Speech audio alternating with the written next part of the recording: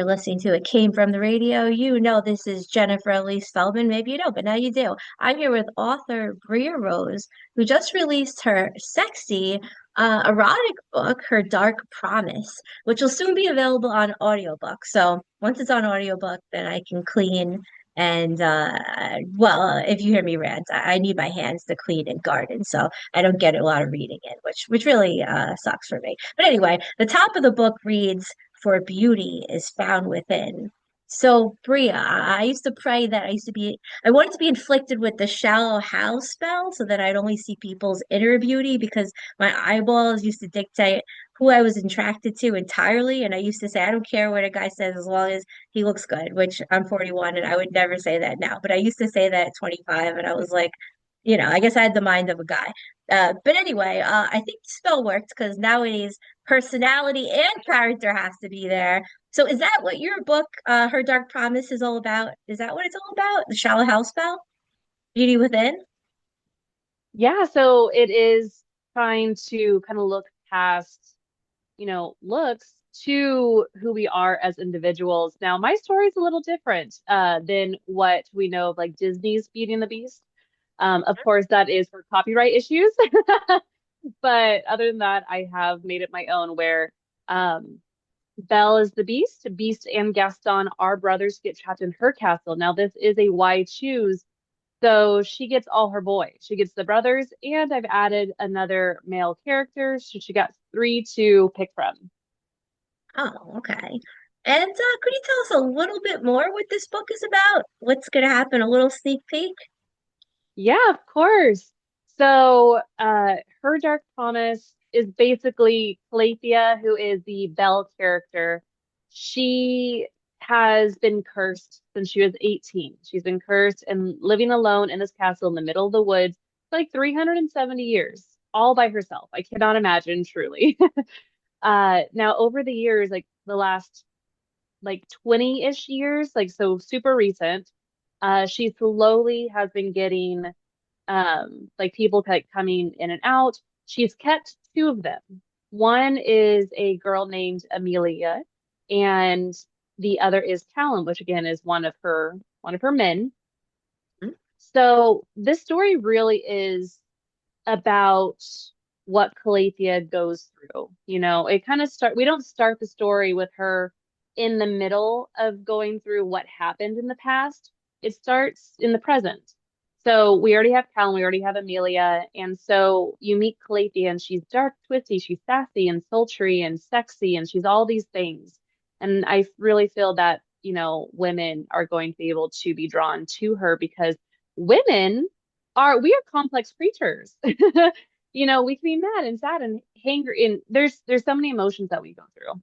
Hmm. So this story really is about her story, her who she is, how she overcomes the guilt and regret of what happened in her past. And normally, and I feel like in these kind of stories, the love interests are the reason why the main protagonist, overcome. But that's not true. They are aiding her, so they're helping her. So they're not the reason, but they are a part of, her story about how she wants to be seen and how she wants to show up for those that she loves. So it's really is a story of self-sacrifice and really forgiving yourself for the past. So self-sacrifice, that's something that I feel like if you're going to be good at anything, and let's just stick to writing so I don't go off on another crazy tangent as I always do.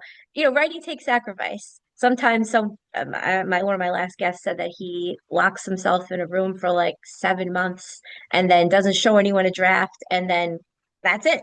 Here you go. So, you can't be going out at all hours of the night partying and meeting your own three or four guys like she has. You have to keep your head in the books. So what type of things do you have to sacrifice to get this done? That is a brilliant question because sometimes I really need to step away from writing and because it's writing. I really do feel like my personal experiences make me a better writer. So I am a world traveler. I've been to countless countries, Mexico multiple times, so I've been to different parts of the world. So I have been to France where this book is set in, it is Beauty and the Beast. So I feel like I got to draw from firsthand experience of like, what did it feel to walk on the cobblestones? Like, what did it feel to be in that environment? So I think it's so important to make sure that I am doing things, I'm reading things, I'm watching. So some of my biggest inspirations come from walks, but also I'm a huge anime nerd, and a lot of my inspiration comes from anime and reading, watching movies, hanging out with friends. And so I will admit the last month, because I am writing a book for a company called One More Chapter, which is part of HarperCollins. It is not just my own um, time frame, like timeline. I'm on, their schedule, of course. They have a Mhm. business, and I need to make sure that I present them the best book possible. So I have like hold myself up the last month, making like going over and over and over this draft, making sure it's the best it can be. So I have really kind of set aside walking and things and that. And I'm like, no, no, no, I need to take a break. An hour a day is fine. I cannot, that's how you enter burnout. So while yes, it does happen, especially towards the end of like that timeline, my book is due next Tuesday. Uh, I just also need to remember that I am a person, I need fresh air. Yeah, I understand that for sure. Um, Next question. All right. So authors and actors, I guess on both, often do research before playing a role or writing a character. So in short films, I taunt my perfect boyfriend and my loser boyfriend, and I brutally kill not just one, but two cops in two different short films. So I've been spending a lot of my free time just torturing people, torturing boyfriends, torturing the NYPD, method acting. No, I'm just kidding. But a little bit. I did go to a kind of dark and scary villain place for like a year and a half because I had to keep playing these roles over and over and over and over and over and over. So now, how did you do research to write these sexy situations? Did you do like a lot of dating, a lot of mating, a lot of watching dating and mating? What'd you do? Honestly, I like reading really dark books, like dark romantasy, dark fantasy, obsession-filled characters, whether they are female or male. I just like this idea of like this morally gray female character. While I also love the morally gray males, there's something about an obsessive woman that is sultry and sexy. Uh, I have it's a lot of it's my own fantasy things where I'm like, oh, this be fun. And well, yes, some of it has come from like dating stories, especially some characters definitely are inspired by some life events of mine. A lot of it is just over the years, I'm like, ooh, that'd be fun. Or if I read something like, ooh, but what if? So I'm Hmm. always thinking, I'm always writing ideas down. So it's just over the years, it's my mind has just kind of gone towards the darker side of things. I'm like, ooh, like I always say, I have actually stickers, and so one of mine is I love a good kidnapping, and I always joke to people, I'm like, listen, when I get kidnapped, I'm ready. I know what to do. I'm prepared. What would you do? Uh, I wouldn't freak out. I'm like, okay, now this is the part where you're supposed to tie me up. Okay, now this is the part. I feel like I'd be more prepared than the actual kidnapper. I'm like, no, no, no, that's not what you're supposed to do. You're supposed to obsess over me and be like, oh, I've been stalking you for a while. Like, I feel like I'd give them the script as opposed to Oh, okay. them taking control. I'm like, no, no, no, right now this is the part. I'm like, I've read too many dark romance where there's kidnappings. Reminds me of a boss I had. It was quite scary. Kind of remind me of like an Israeli Kim Jong-un type, Ooh. or maybe Genghis Khan, but I never met Genghis Khan. And he said when he got caught in customs, they tried to scare him. He said, "You don't know who my father is." And he said he was scaring them, and he was scaring the people at customs. He's like, I was the scary one. It was a really fun guy to work for.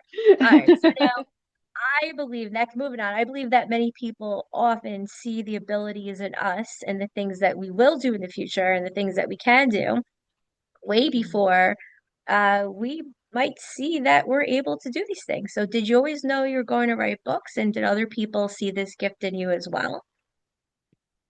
You are asking really amazing questions. I'm really enjoying this. Um, Right.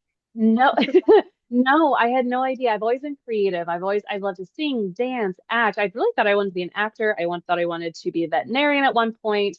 Then it kind of turned into, I don't know, I wanted to work at Disney. And then I did that till I was about 25. And then after I was kind of lost, I'm like, I don't know what to do. Like, what do I do? And I had started writing in high school.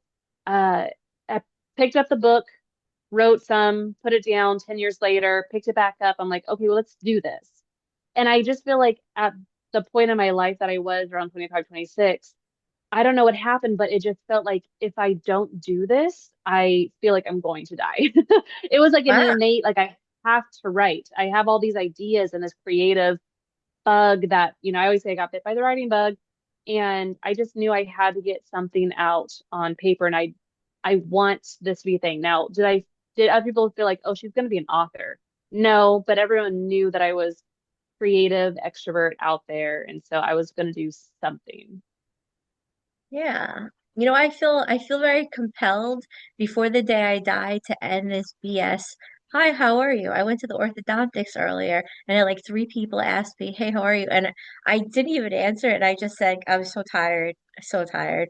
I said, I don't even know if people want the answer nowadays, so I don't know what to say. So before I die, Mhm. I want to abolish the BS obligatory, how are you? And if you ask how are you, you have to sit there for a real answer. None of this good. How are you? I'm good. It's Hmm. just a waste of time. But anyway, we got a couple of minutes left. So next question. Now, one reviewer on your website wrote, "The story is a rocky one, full of ups and downs, and it's never static." So when life is in its down points for you, what things do you do to get yourself and your energy back up? I feel like grounding myself in the things that I love and enjoy. That includes, I love photography. I like to be around my dogs, my mom, so family. And right now, and how I'm currently feeling, because before it was Disney. If I was at Disneyland, I'm happy, healthy, all that good stuff, eating churros and the likes. But right now, truly, it's watching anime. Like that's how I decompress, and that's how I just kind of get my mind like back on track. I can kind of lose myself in those worlds and kind of get happy. But overall, I love to travel, hang out with friends, and the like. So when you say anime, you mean like hentai? No, I'm just kidding. Hentai is Little how bit. I got the last virus on my phone. I got a virus on my phone watching hentai several years ago. I looked it up and I don't know, it was very interesting. But what type of anime do you like? What do you recommend? Currently, I'm watching One Piece. So you got to do the big three: Naruto, Dragon Ball, One Piece. Again, is that what I'm currently watching? But Attack on Titan, Jujutsu Kaisen. Love My Hero. So Demon Slayer. Sakamoto Days is another good one. So there's a lot of I like a lot of different things from action to just fun stuff. But those are kind of like the big ones I recommend. Solo Leveling. Uh, Kaiju number 8. So there's a lot of really amazing new ones coming up. My Apothecary Diaries, so much. But One Piece, I understand the hype right now, and I'm just hooked. I have to look into this. I'm like a novice virgin in the anime world. I don't know. All I saw was hentai. Anyway, so we Those got are fun two too. minutes left. 2 minutes left. You have to Hmm. answer this really fast and then give us your Yep. socials. You do boudoir photography and you write. So, what's an example of an obstacle you encountered with either photography or writing, and how did you overcome it? With writing, because photography always has come easy to me. I love portrait photography. So writing, it's more of perfectionist mentality. I do not have to be perfect. A rough draft will never be perfect, and it most likely won't stay the same. So write, write, write. And I'm a puzzle writer. So just as long as you are writing in general, it does not have to be in order, does not have to be any of that. So just write, and no, it does not have to be perfect. Okay. And that leads to the end of the interview. So, please tell listeners, viewers, where to find you, website, socials. So I branded myself really well, and everything is under author Bria Rose. So that is AUTHORBRIAROSE. Again, that's .com at Gmail, my TikTok handle, my Instagram. That's everything. I'm on Goodreads. I'm on Amazon. You can find my book. Um, the audiobook is currently on pre-order. and will be available on my website. And if you purchase through my website and not through the app, you get a bonus chapter in Callum's point of view and a free ebook. So I highly recommend you go to my website to buy the audio. Very cool. That's author Bria Rose. Thank you for the interview. Check out her book. The cover is really cool. And we'll see you later and back to the studio for more. It came from the radio.